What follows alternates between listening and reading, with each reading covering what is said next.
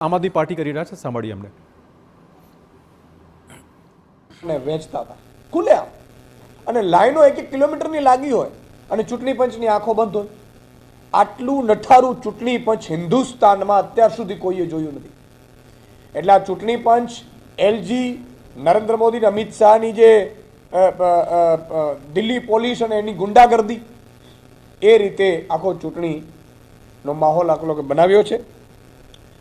મને પૂરો વિશ્વાસ છે કે આમ આદમી પાર્ટી એક વિચારધારા છે. અરવિંદ કેજરીવાલજીની જે વિચારધારા દિલ્હીની કામની રાજનીતિ છે, આજે એટલું ચોક્કસ કહીશ કે આજે કામની રાજનીતિની સામે ગુંડાગર્દીની, ગાલી ગલોચની અને એક એવી રાજનીતિની જીત થઈ છે દિલ્હીમાં કે જે દિલ્હીને પાછળ લઈ જશે.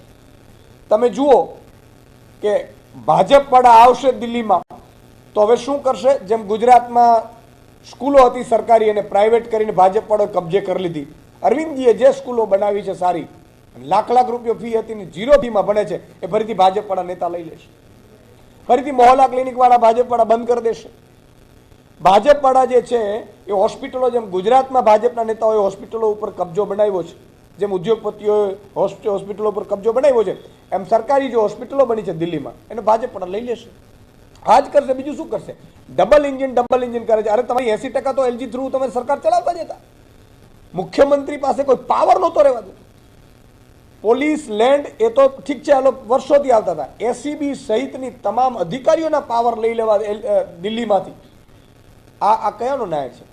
અને દિલ્હીવાસીઓને તમે ડરાવો, ધમકાવો, પરેશાન કરો, કામ ન થવા દો. આમ આદમી પાર્ટીના કે આમ આદમી પાર્ટીના મુખ્યમંત્રી કે એમ અધિકારીઓ માને નહીં, એ હદે દિલ્હીની ચૂંટણીને લાવી દીધા.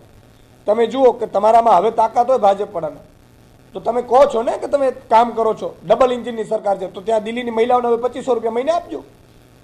ડબલ એન્જિનની સરકાર છે તો ત્યાં ફ્રી બસ સેવા છે એ ચાલુ રાખજો, ગુજરાતમાં પણ આપજો. ડબલ એન્જિનની સરકાર